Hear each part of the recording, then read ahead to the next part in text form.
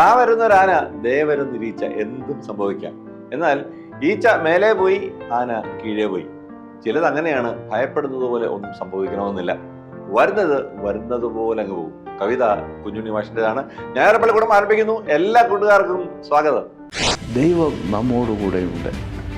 അവന് നമ്മൾ ആശ്രയിക്കുന്നുവെങ്കിൽ ദൈവമക്കളെ ദൈവം സംരക്ഷിക്കും. പ്രതിസന്ധിയിൽ അവൻ പോംവഴി തരും. അവൻ വിടുതലിൻ്റെ ദൈവമായത് God of deliverance, the God of salvation. പാമ്പുകളുടെ ആവാസ വ്യവസ്ഥ എന്ന് പറയുന്നത് വനങ്ങൾ മാത്രമല്ല, നമുക്ക് ചുറ്റും പാമ്പുകളുണ്ട്. നമ്മൾ മനുഷ്യർ ജീവിക്കുന്ന എല്ലാ സ്ഥലങ്ങളിലും എലികളുണ്ടാവും, അവിടെയെല്ലാം പാമ്പുകളുണ്ടാവും.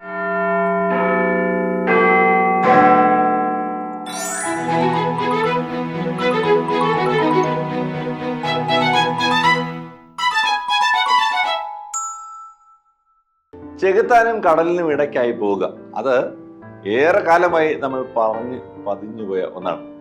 അങ്ങനെ ഒരു അവസ്ഥയിൽ എത്തിയാൽ നമ്മൾ എന്ത് ചെയ്യും?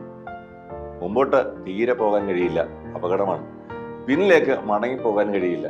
ഏതെങ്കിലും ഒന്നിന് കീഴടങ്ങുക മാത്രമാണ് നമ്മുടെ ആകെയുള്ള പോംവഴി. മിസ്രൈമിൽ നിന്ന് ഇസ്രായേൽ ജനതയുമായി പുറപ്പെട്ടു പോയ മോശയ്ക്കുമുണ്ടായി അങ്ങനെ ചിലതൊക്കെ. എന്നാൽ അവിടെ സംഭവിച്ചത് മറ്റൊന്നായിരുന്നു.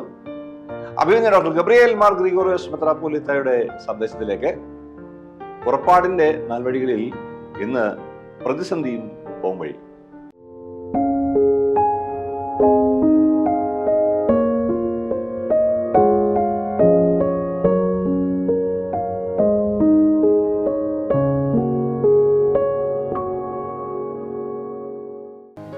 ഞായർ പള്ളിക്കൂടത്തിലെ എൻ്റെ കൊച്ചു കൂട്ടുകാർക്ക് ക്രിസ്തുവേശുവിൽ സ്നേഹവന്ദനം. പ്രിയപ്പെട്ട കുഞ്ഞുങ്ങളെ,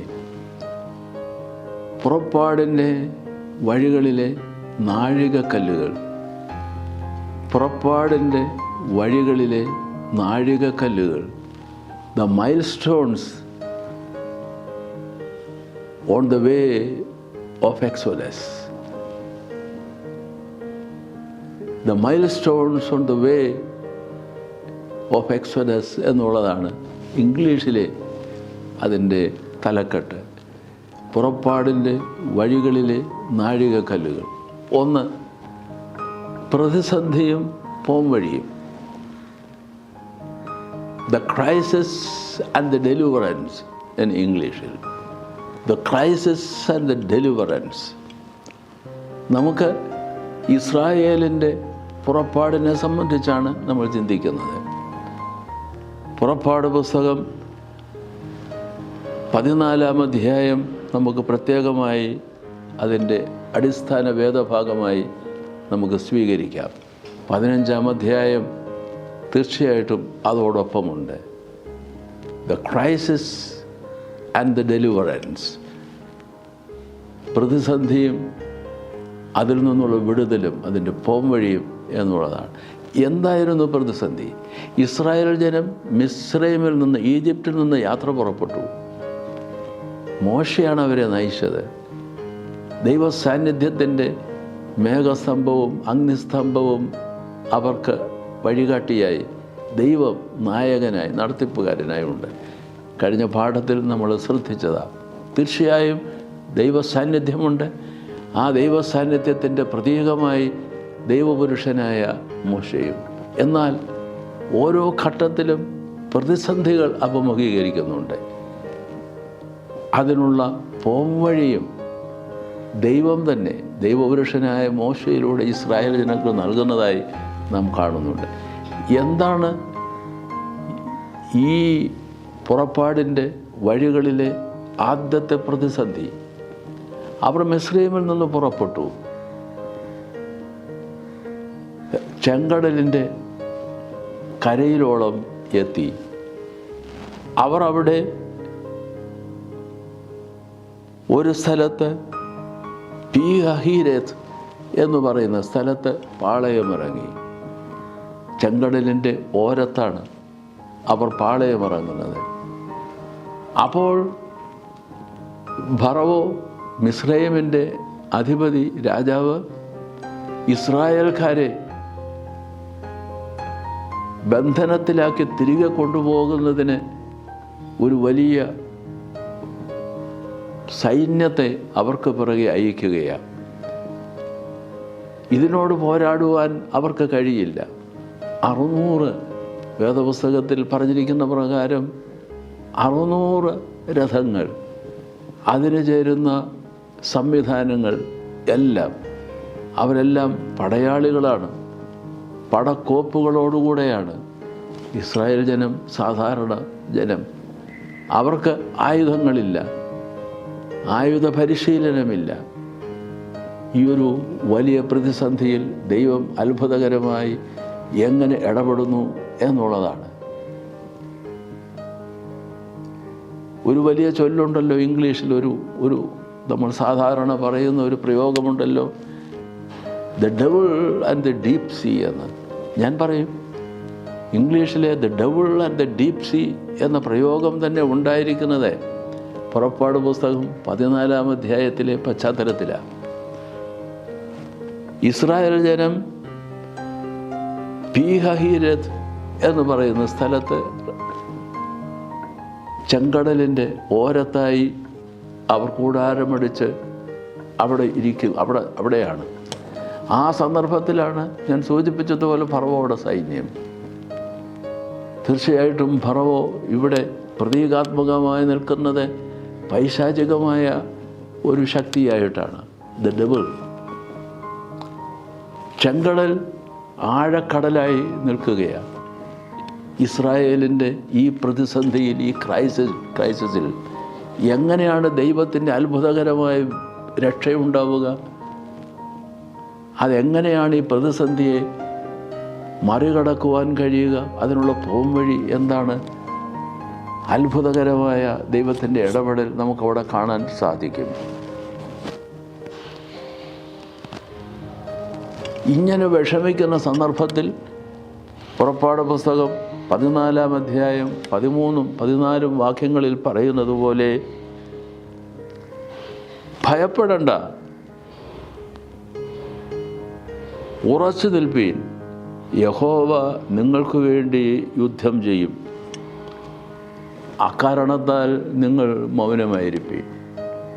ഭയപ്പെടണ്ട, നിങ്ങൾ ഉറച്ചു നിൽപ്പീൻ. Be firm, fear not and be firm. Why? Because God will fight on your behalf എന്നാണ്. Therefore, be silent and watch how God is going to interfere in your life and deliver you from the crisis. ഈ വലിയ പ്രതിസന്ധിയിൽ നിന്ന് ദൈവം എങ്ങനെ നിങ്ങളെ വിടുവിക്കുന്നതെന്ന് അത്ഭുതകരമായി നിങ്ങൾക്ക് കാണുവാൻ ദൈവം നിങ്ങളുടെ ജീവിതത്തിൽ ഇടപെടും. ഈ പ്രതിസന്ധിയുടെ സന്ദർഭത്തിൽ ഇസ്രായേൽക്കാരെല്ലാം ഭ്രമിച്ചുപോയി. മോശയാകട്ടെ ദൈവസന്നിധിയിലേക്ക് ചെന്നു. ഈ വലിയ പ്രതിസന്ധിയിൽ നിന്ന് എന്താണ് പോംവഴി എന്ന് ആലോചിക്കുന്നു. ദൈവത്തോട് ദൈവസന്നിധിയിൽ സമർപ്പിക്കുന്നു. അപ്പോൾ ദൈവം പറയുക, ടേക്ക് യുവർ സ്റ്റാഫ്, നിൻ്റെ വടി നീ എടുക്ക്, നിൻ്റെ കയ്യിലെടുക്ക്. ആ വടിക്ക് പുറപ്പാട് പുസ്തകത്തിൽ തന്നെ പറയുന്നത് the staff of the Lord, യഹോവയുടെ വടി, ദൈവത്തിൻ്റെ വടി എന്നാണ്. God's staff, the Lord's staff. അത് നീ കയ്യിലെടുക്ക്. അവനത് കയ്യിലെടുത്തു. നീ ഒന്ന് ചെന്നിട്ട് ചെങ്കടലിന് നേരെ തിരിഞ്ഞ് വടി കയ്യിൽ പിടിച്ചുകൊണ്ട് കൈ ഉയർത്തി നീ ചെങ്കടലിനെ രണ്ടായി വിഭജിക്കുക. Cleave the whole sea into two. മോശ ദൈവത്തിൻ്റെ വടിയെടുത്ത് കയ്യിൽ പിടിച്ചിട്ട് കടലിന് നേരെ തിരിഞ്ഞ് അതിനെ വിഭജിക്കുകയാണ്. മതിലുകൾ പോലെ നിന്നുവെന്നാണ്. 2 മതിലായി, മതിലുകൾ പോലെ നിന്നു. നടുക്ക് ഉണങ്ങിയ നിലം. ഇസ്രായേൽ ജനം ആ ഉണങ്ങിയ നിലത്തുകൂടെ അക്കരയ്ക്ക് പോകുന്നതായി നമുക്ക് കാണാൻ സാധിക്കുന്നുണ്ട്. ദൈവം നമ്മോടുകൂടെയുണ്ട്. അവനിൽ നമ്മൾ ആശ്രയിക്കുന്നുവെങ്കിൽ ദൈവമക്കളെ ദൈവം സംരക്ഷിക്കും. പ്രതിസന്ധിയിൽ അവൻ പോംവഴി തരും. അവൻ വിടുതലിൻ്റെ ദൈവമായ the God of deliverance, the God of salvation, അത് നമുക്ക് നമ്മളുടെ ജീവിതത്തിൽ രുചിച്ചറിയുവാൻ സംഗതിയാകും എന്നുള്ളതാണ് ഈ പുറപ്പാടിൻ്റെ വഴിയിലെ ദ ഫസ്റ്റ് മൈൽ സ്റ്റോൺ എന്ന് പറയാം. ആദ്യത്തെ വലിയ നാഴികക്കല്ല്, പുറപ്പാടിൻ്റെ വഴിയിലെ ആദ്യത്തെ നാഴികക്കല്ലാണ്. എങ്ങനെയാണ് between the devil and the deep sea, ചെകുത്താനും ചെങ്കടലിനും നടുവിൽ ഒരു പ്രതിസന്ധിയിലായിരിക്കുന്ന ദൈവജനത്തെ എങ്ങനെയാണ് ദൈവം അത്ഭുതകരമായി തിരുസാന്നിധ്യത്താൽ വിടുവിക്കുന്നതെന്ന് നമ്മളെ വലിയ പാഠമായി പഠിക്കുകയാണ് ഈ ഞായറാഴ്ച. കുഞ്ഞുങ്ങളെ ഒന്നുകൂടെ പുറപ്പാട് പുസ്തകം 14-ാം അധ്യായം വായിക്കണം, ധ്യാനിക്കണം. നമ്മളുടെ ജീവിതത്തിൽ ദൈവം എപ്പോഴും പോം വഴി പറഞ്ഞു തരുന്നവനായി, വഴി കാട്ടുന്നവനായി എപ്പോഴും ഉണ്ടാവണം. ദൈവത്തിൻ്റെ കൃപ നാം എല്ലാവരിലും എപ്പോഴും ഉണ്ടായിരിക്കുമാറാകട്ടെ.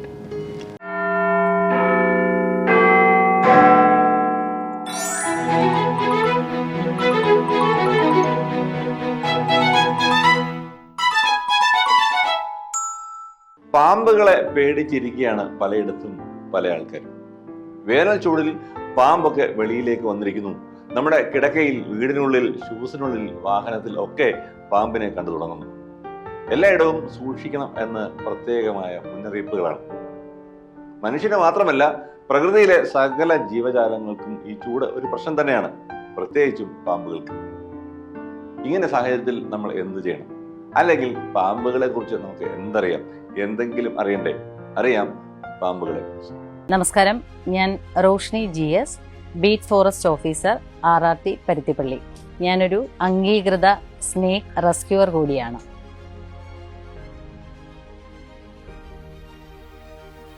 കേരളത്തിൽ 100 മുതൽ 120ഓളം ഇനം പാമ്പുകളാണുള്ളത്. ഇവയിൽ എല്ലാ പാമ്പുകളും 90% പാമ്പുകളും അപകടകാരികളല്ലാത്തവയാണ്. എന്നാൽ മനുഷ്യൻ്റെ ജീവന് അപകടമാകുന്ന 5 പാമ്പുകൾ മാത്രമാണ് നമുക്കുള്ളത്.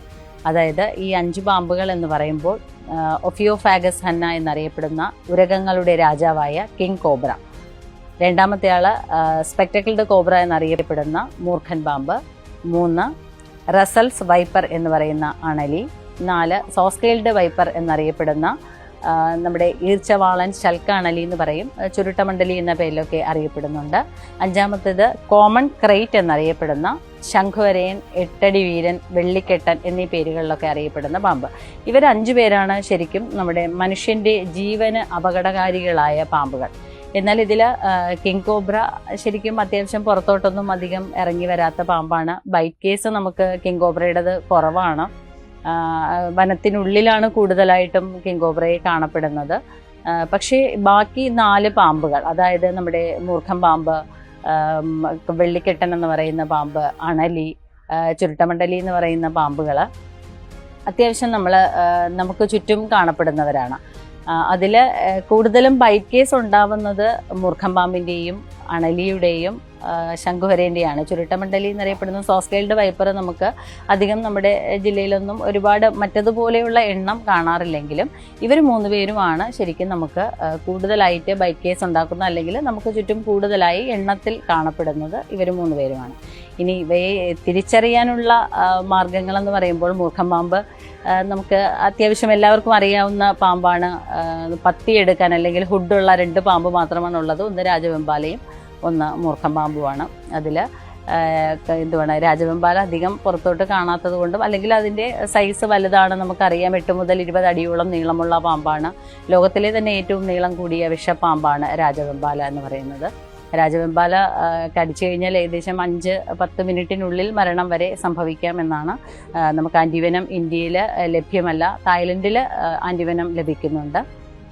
പക്ഷേ മൂർഖൻ പാമ്പെന്ന് പറയുമ്പോൾ നമുക്ക് അത്യാവശ്യം നമ്മളെപ്പോഴും കാണുന്നതാണ്. മൂർഖൻ പാമ്പിൻ്റെ പത്തിയുടെ പുറകിലായിട്ട് ഒരു സ്പെക്ടക്കിൾഡ് മാർക്കുണ്ട്. അതായത് നമ്മുടെ ഒരു ഷേപ്പിലുള്ളൊരു മാർക്കുണ്ടാവും പത്തിയെടുക്കുമ്പോൾ.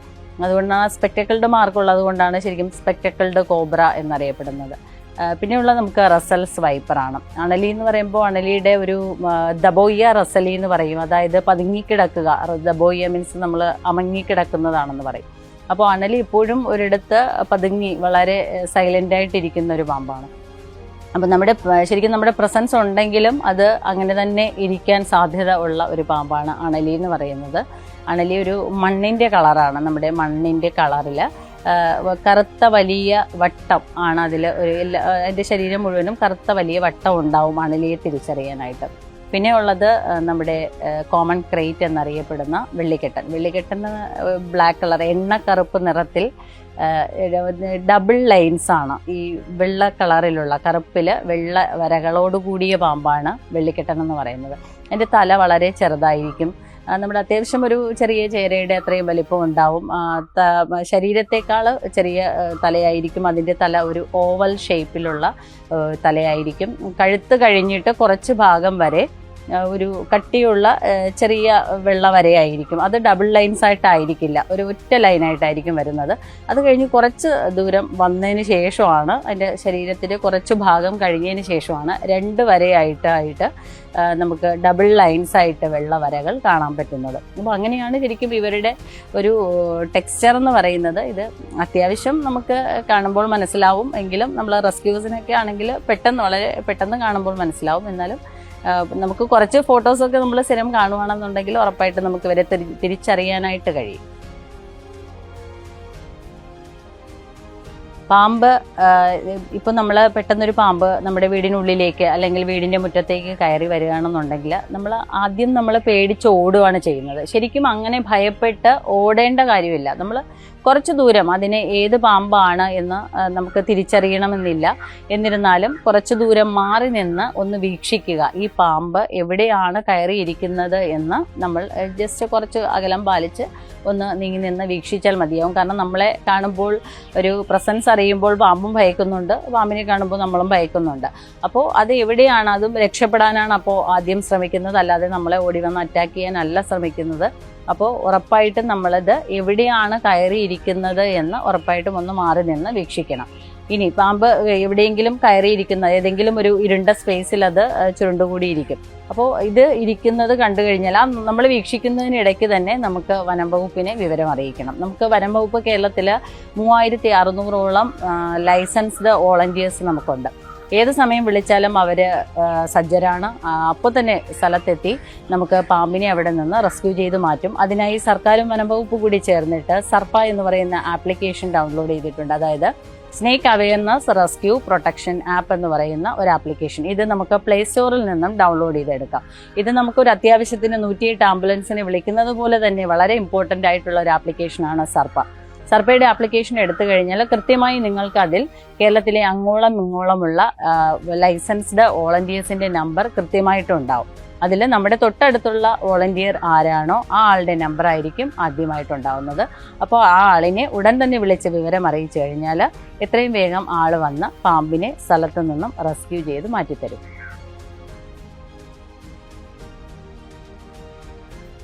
പാമ്പുകൾ കാണപ്പെടുന്നത് വനത്തിനുള്ളിൽ മാത്രമല്ല. പാമ്പുകളുടെ ആവാസ വ്യവസ്ഥ എന്ന് പറയുന്നത് വനങ്ങൾ മാത്രമല്ല, നമുക്ക് ചുറ്റും പാമ്പുകളുണ്ട്. നമ്മൾ മനുഷ്യർ ജീവിക്കുന്ന എല്ലാ സ്ഥലങ്ങളിലും എലികളുണ്ടാവും, അവിടെയെല്ലാം പാമ്പുകളുണ്ടാവും. ഞാൻ മുൻപ് സൂചിപ്പിച്ചതുപോലെ പാമ്പുകളുടെ മാളങ്ങൾ അല്ലെങ്കിൽ പാമ്പുകൾ സ്വയം അവരുടെ ഒരു ഷെൽട്ടർ ഉണ്ടാക്കിയെടുക്കാറില്ല. ശരിക്കും എലികളുടെ മാളങ്ങളാണ് പാമ്പുകളുടെ മാളങ്ങൾ, അല്ലെങ്കിൽ അവിടെയാണ് അവർ താമസിക്കുന്നത്, കല്ലുകെട്ടിനുള്ളിലാണ് അവർ താമസിക്കുന്നത്. അതുകൊണ്ട് തന്നെ നമ്മൾ ജീവിക്കുന്ന നമ്മുടെ ചുറ്റുമുള്ള ആവാസ വ്യവസ്ഥയിൽ എവിടെയായാലും ഉറപ്പായിട്ടും പാമ്പുകൾ ഉണ്ടായിരിക്കും. അവരുടെ സാന്നിധ്യം നമുക്ക് കണ്ടുപിടിക്കുക എന്ന് പറയുന്നത് അസാധ്യമാണ്. നമ്മുടെ വീട്ടിൽ എലി വരാൻ സാധ്യത ഉണ്ടെങ്കിൽ ഉറപ്പായിട്ടും ഒരു പാമ്പ് അതിന് ചുറ്റും എവിടെയെങ്കിലും ഉണ്ടാവും. കാരണം അതിൻ്റെ ആവശ്യം എന്ന് പറയുന്നത്, അതിൻ്റെ ആഹാരം എന്ന് പറയുന്നത് എലിയാണ്. അതിനെ പിടിക്കാൻ വേണ്ടി ഉറപ്പായിട്ടും ആ എലിയുടെ പുറകെ ഉറപ്പായിട്ടും പാമ്പ് വരും.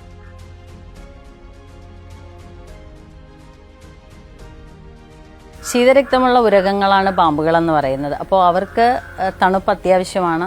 അതികഠിനമായ ചൂട് സഹിക്കുക എന്ന് പറയുന്നത് അവർക്ക് ബുദ്ധിമുട്ടുള്ള കാര്യമാണ്. അതുകൊണ്ട് തന്നെ ഇപ്പോൾ ശരിക്കും മനുഷ്യർക്ക് താങ്ങുന്നതിലും വലിയ ചൂടാണ് ഇപ്പോൾ നിലവിൽ ഉണ്ടായിക്കൊണ്ടിരിക്കുന്നത്. അതുകൊണ്ട് തന്നെ മണ്ണിലൊക്കെ ഭയങ്കര ചൂടാണ്.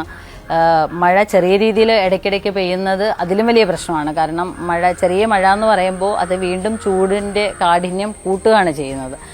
പിന്നെ കല്ലുകെട്ടുകൾക്കിടയിൽ, കരിങ്കൽ കെട്ടുകൾക്കിടയിലൊക്കെയാണ് പാമ്പ് കാണപ്പെടുന്നത്. അപ്പോൾ ഈ കരിങ്കൽ കെട്ടുകൾക്കിടയിൽ ചൂട് കൂടുമ്പോൾ ഈ കരിങ്കല്ല് തന്നെ ചൂടാവുന്നുണ്ട്. അപ്പോൾ ആ ഒരു ചൂടൊന്നും സഹിക്കാനുള്ള അത്രയും കെൽപ്പ് ശരിക്കും പാമ്പിനില്ല. അപ്പോൾ അവർ പുറത്ത് തണുപ്പ് തേടിയാണ് ഇറങ്ങി വരുന്നത്. വീടിനുള്ളിൽ തലയിണയുടെ അടിയിലും ചെടിച്ചട്ടികൾക്കുള്ളിലും അതുപോലെ ശുചിമുറിയിലും അടുക്കളയിലുമൊക്കെ അവർക്ക് തണുപ്പ് കിട്ടുന്ന ധാരാളം സ്ഥലങ്ങളുണ്ട്. അത്തരത്തിലുള്ള സ്ഥലങ്ങളിൽ ഉറപ്പായിട്ടും അവർ അവരുടെ സുരക്ഷ ഉറപ്പാക്കും.